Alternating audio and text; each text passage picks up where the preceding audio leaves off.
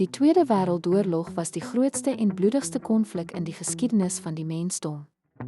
Om te verstaan hoe die wêreld in vlamme opgegaan het, moet ons terugkyk na die einde van die Eerste Wêreldoorlog.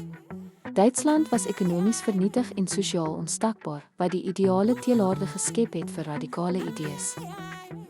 In hierdie tyd van krisis het Adolf Hitler en die Nazi-party aan bewind gekom. Hulle het beloof om die nasionale trots te herstel, maar dit was gegrond op uiterste rasisme en militarisme.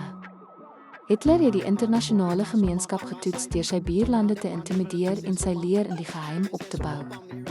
Teen die tyd dat die wêreld die gevaar besef het, was die Nazi-oorlogsmasjien reeds gereed vir aksie.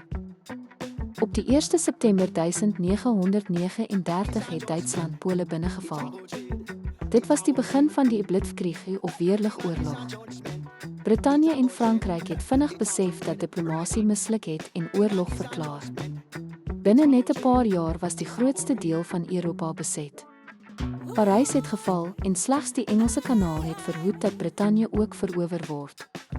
Die oorlog was nie meer net 'n Europese probleem nie, dit was 'n wêreldbrand. Aan die ander kant van die wêreld het Japan sy eie ryk probeer uitbrei. Op 7 Desember 1941 het hulle 'n verrassingsaanval op die Amerikaanse vlootbasis by Pearl Harbor geloods. Hierdie gebeurtenis het die Verenigde State van Amerika, wat tot dan toe neutraal probeer bly het, direk in die konflik gedwing.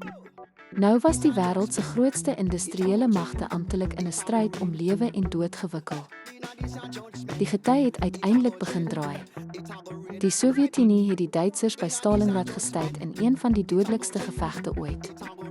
Terwyl die geallieerdes vorder, het hulle die vreeslike waarheid van die Holocaust ontdek, die stelselmatige moord op 6 miljoen Jode en miljoene ander deur die nasies. Hierdie ontdekking het die morele noodsaaklikheid van die oorlog bevestig. Op 6 Junie 1944 het die massiewe daglandings in Normandië die finale bevryding van Wes-Europa ingelei.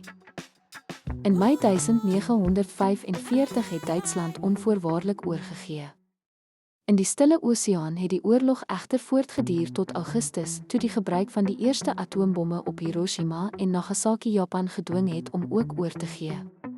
Die oorlog was verby, maar die wêreld was vir altyd verander.